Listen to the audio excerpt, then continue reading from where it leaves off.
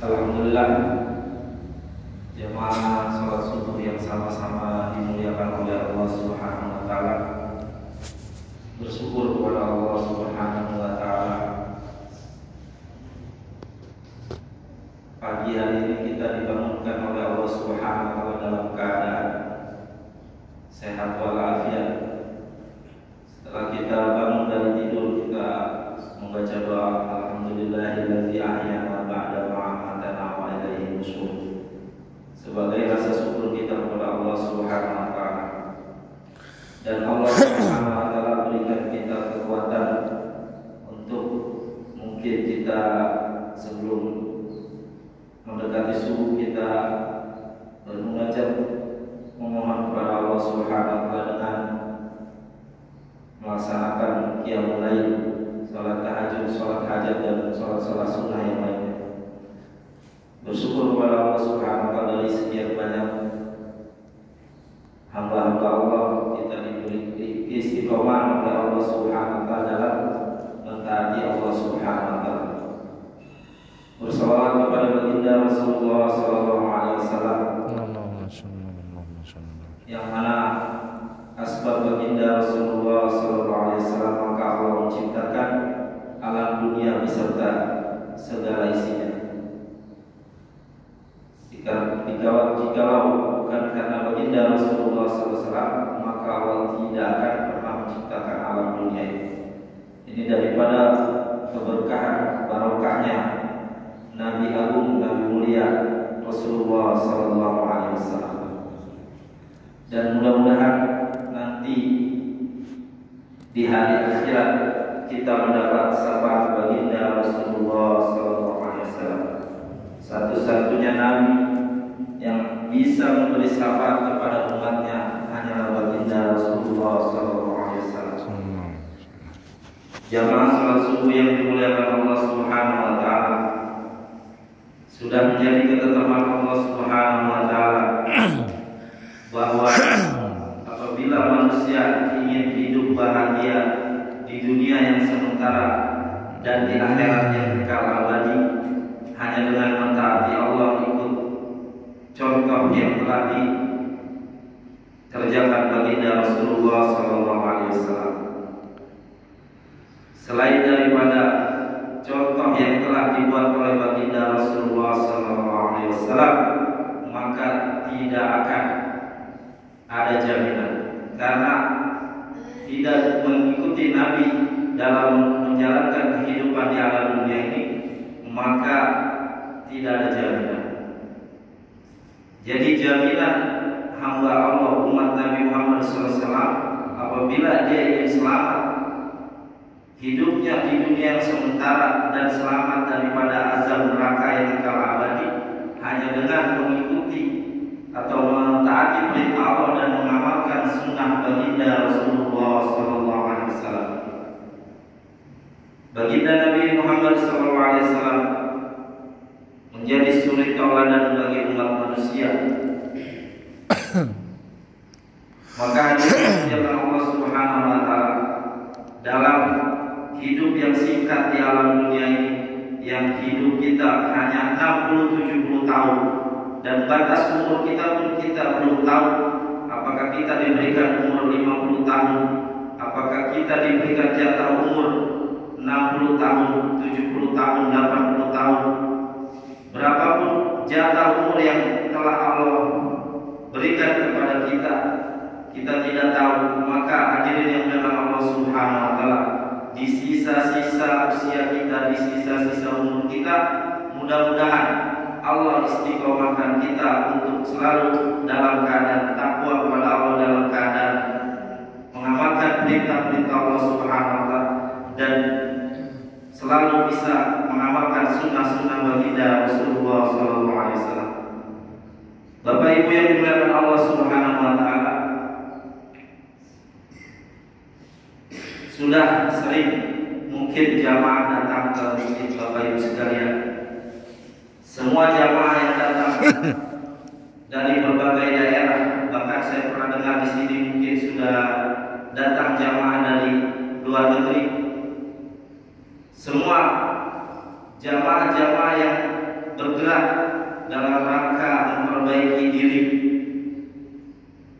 Tujuannya adalah bagaimana saling mengingatkan bahwa umat Islam ini di mana saja bersaudara, Allah yang mempersaudarakan. Maka hadirin yang Allah Subhanahu wa taala, umat Islam di mana saja ini bersaudara, maka kewajiban sesama muslim saling ingat mengingatkan. Wazakir fa inna dzikra tanfa'ul mu'minin, dan berilah peringatan karena peringatan bermanfaat bagi orang-orang yang beriman.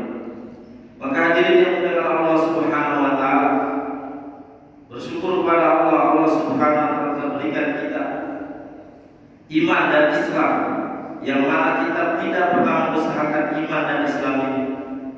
Iman dan Islam yang Allah berikan kepada kita karena kita ini keturunan. Kakek kita Islam, nenek kita Islam, bapak kita Islam, ibu kita Islam, maka kita mendapatkan iman dan Islam. Tetapi para sahabat baginda Rasulullah SAW, mereka ini mendapatkan iman dan Islam ini dengan perjuangan yang sangat besar. Untuk mendapatkan iman dan Islam butuh perjuangan yang sangat besar.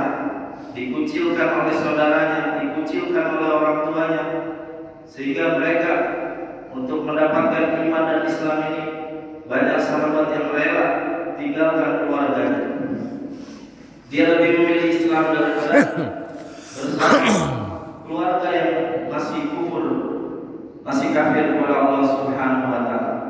Maka hadirin yang Allah Subhanahu wa taala, mudah-mudahan dengan seringnya rombongan-rombongan dakwah datang ke masjid kita ini, Allah turunkan keberkahan untuk keluarga kita, untuk anak atau istri kita, untuk tetangga-tetangga kita, menjadi orang-orang yang makin bertakwa kepada Allah Subhanahu wa taala.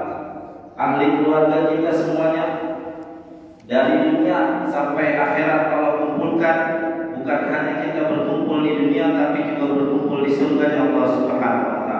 Amin ya rabbal alamin. Amin. Maka Bapak Ibu yang dimuliakan Allah Subhanahu wa taala, kami mengajak kepada jamaah Masjid Ilham Kecamatan Palatea, apabila nanti datang rombongan-rombongan lagi ke sini, terutama rombongan suami istri, karena kami satu jamaah ini rombongan suami istri, suaminya di masjid, istri-istrinya di rumah Pak Haji Hasanuddin. Jadi apabila nanti datang lagi rombongan-rombongan yang belajar Islam diri ini, maka di program yang dibuat selama di masjid ini mohon ditemani. Kami itu senang diajak silaturahmi ke rumah-rumah bapak-bapak dan ibu-ibu sekalian. Jadi dengan adanya kerjasama silaturahmi ke rumah bapak-bapak, mungkin ada tetangganya yang belum sholat, mungkin ada anaknya yang belum sholat, diajak rombongan ini untuk bersilaturahmi. Jadi insya Allah dengan cara seperti itu, insya Allah makin banyak jamaah masjidnya makin penuh. Karena di sini insya Allah masjidnya sudah sangat makmur, sudah sangat barokah kampungnya insya Allah.